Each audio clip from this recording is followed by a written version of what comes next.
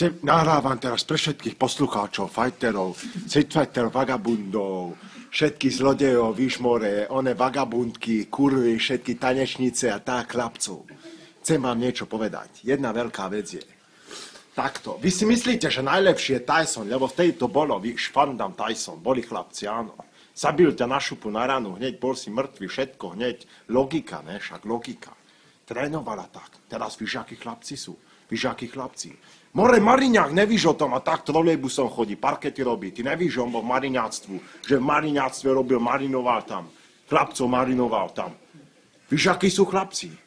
Si zober, že takto ťa nachmatá, more zablokuje ti dýchanie tak cez ty, víš, veci, a ty nevíš dýchať.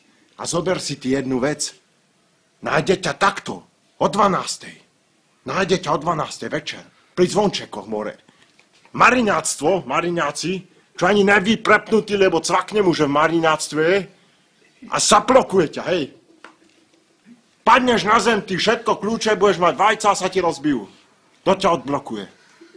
O takom nečase, kto ťa odblokuje, mi povedz. Teraz buď múdry, pamätaj na sama seba.